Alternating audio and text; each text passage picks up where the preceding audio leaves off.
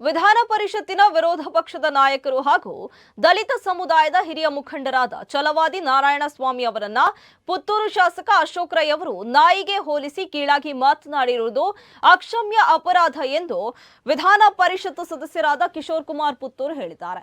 ಶಾಸಕರ ಈ ದುರಹಂಕಾರದ ಮಾತುಗಳನ್ನು ಉಗ್ರವಾಗಿ ಖಂಡಿಸುತ್ತೇನೆ ಹಾಗೂ ಅವರು ಕೂಡಲೇ ರಾಜ್ಯದ ಜನತೆ ಮತ್ತು ಛಲವಾದಿ ನಾರಾಯಣಸ್ವಾಮಿ ಅವರಲ್ಲಿ ಬಹಿರಂಗ ಕ್ಷಮೆ ಯಾಚಿಸಬೇಕು ಎಂದು ಅವರು ಆಗ್ರಹಿಸಿದ್ದಾರೆ. ಜೊತೆಗೆ ಛಲವಾದಿ ನಾರಾಯಣಸ್ವಾಮಿ ಅವರು ಪುತ್ತೂರಿಗೆ ಭೇಟಿಯನ್ನ ನೀಡಿದಾಗ ರಾಜ್ಯ ಸರ್ಕಾರದ ಮತ್ತು ಸ್ಥಳೀಯ ಶಾಸಕರ ವೈಫಲ್ಯಗಳ ಬಗ್ಗೆ ವಾಸ್ತವಿಕ ಸತ್ಯವನ್ನ ತಿಳಿಸಿದ್ದಾರೆ. ವಿರೋಧ ಪಕ್ಷದ ನಾಯಕರಾಗಿ ಸರ್ಕಾರದ ತಪ್ಪುಗಳನ್ನು ಎತ್ತಿ ತೋರಿಸುವುದು ಅವರ ಕರ್ತವ್ಯ.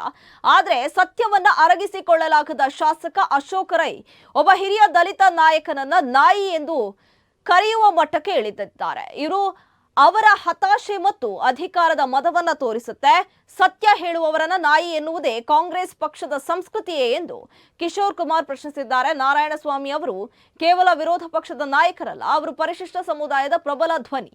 ಅಂತಹ ನಾಯಕನನ್ನ ನಾಯಿಗೆ ಹೋಲಿಸಿರುವುದು ಮತ್ತು ಛಲವಾದಿ ನಾಲಾಯಕ್ ಸ್ವಾಮಿ ಎಂದು ಅವಹೇಳನಕಾರಿಯಾಗಿ ಕರೆದಿರುವುದು ಕೇವಲ ಅವರಿಗಾದ ಅಪಮಾನವಲ್ಲ, ಬದಲಾಗಿ ಇಡೀ ದಲಿತ ಸಮುದಾಯಕ್ಕೆ ಮಾಡಿದ ಘೋರ ಅಪಮಾನವಾಗಿದೆ. ದಲಿತ ಪರ ಎಂದು ಬೊಬ್ಬೆ ಹೊಡೆಯುವ ಕಾಂಗ್ರೆಸ್ ನಾಯಕರು ತಮ್ಮ ಶಾಸಕನ ಈ ಕೀಳು ಮಟ್ಟದ ಹೇಳಿಕೆಯ ಬಗ್ಗೆ ಈಗೇಕೆ ಮೌನ ವಹಿಸಿದ್ದಾರೆ ಎಂದು ಅವರು ಪ್ರಶ್ನಿಸಿದ್ದಾರೆ. ನೋಡಿ, ಅಶೋಕ್ ಕುಮಾರ್ ರೈ ಇವತ್ತು ತನ್ನ ಮಾತಿನಲ್ಲಿ ನಮ್ಮ ನಾಯಕರಾದಂಥ ಛಲವಾದಿ ನಾರಾಯಣಸ್ವಾಮಿ ಅವರನ್ನ ಅತ್ಯಂತ ನಿಕೃಷ್ಟವಾಗಿ ಮಾತಾಡಿದ್ದಾರೆ. ಛಲವಾದಿ ನಾರಾಯಣಸ್ವಾಮಿ ಅವರು ವಿಧಾನ ಪರಿಷತ್ತಿನ ವಿರೋಧ ಪಕ್ಷದ ನಾಯಕರು, ಪ್ರತಿಪಕ್ಷ ನಾಯಕರು. ಅವರು ಈ ರಾಜ್ಯದ ಮುಖ್ಯಮಂತ್ರಿ ಸಿದ್ದರಾಮಯ್ಯರವರಿಗೆ ಎಷ್ಟು ಗೌರವ ಉಂಟು ಅಷ್ಟೇ ಗೌರವವಿದೆ. ಛಲವಾದಿ ನಾರಾಯಣಸ್ವಾಮಿ ಅವರು VBG ರಾಮ್ಜಿ ಅದರ ಒಂದು ಪಾದಯಾತ್ರೆ ಮತ್ತು ಜನಜಾಗೃತಿ ಅಭಿಯಾನದಲ್ಲಿ ಬಂದು ಮಾತಾಡಿದರು. ಮಾನ್ಯ ಗೌರವಾನ್ವಿತ ಛಲವಾದಿ ನಾರಾಯಣಸ್ವಾಮಿ ಅವರು ಪರಿಶಿಷ್ಟ ಜಾತಿಗೆ ಸೇರಿದಂತಹ ಈ ರಾಜ್ಯದ ನಾಯಕರು.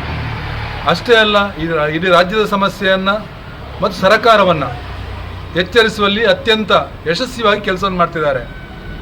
ಅವರು ತಮ್ಮ ಹಾಸನ ಮತ್ತು ಧರ್ಮಸ್ಥಳಕ್ಕೆ ಭೇಟಿ ನೀಡುವ ಸಂದರ್ಭದಲ್ಲಿ ರಾಜ್ಯದ ಸೂಚನೆ ಇತ್ತು, ಛಲವಾದಿ ನಾರಾಯಣಸ್ವಾಮಿ ಅವರು ಬರ್ತಿದ್ದಾರೆ, ದಯವಿಟ್ಟು ನಿಮ್ಮ 9 ಮಂಡಲದಲ್ಲಿ ಯಾವುದೋ ಒಂದು ಮಂಡಲದಲ್ಲಿ ಜೋಡಿಸಿ ಈ VBG ರಾಮ್ಜಿ ಕಾರ್ಯಾಗಾರದಲ್ಲಿ ಪಾದಯಾತ್ರೆಯಲ್ಲಿ ಮತ್ತು ಜನಜಾಗೃತಿ ಸಭೆಯಲ್ಲಿ ಭಾಷಣ ಮಾಡಿಸಬೇಕಂದ್ರೆ ರಾಜ್ಯದ ಸೂಚನೆ.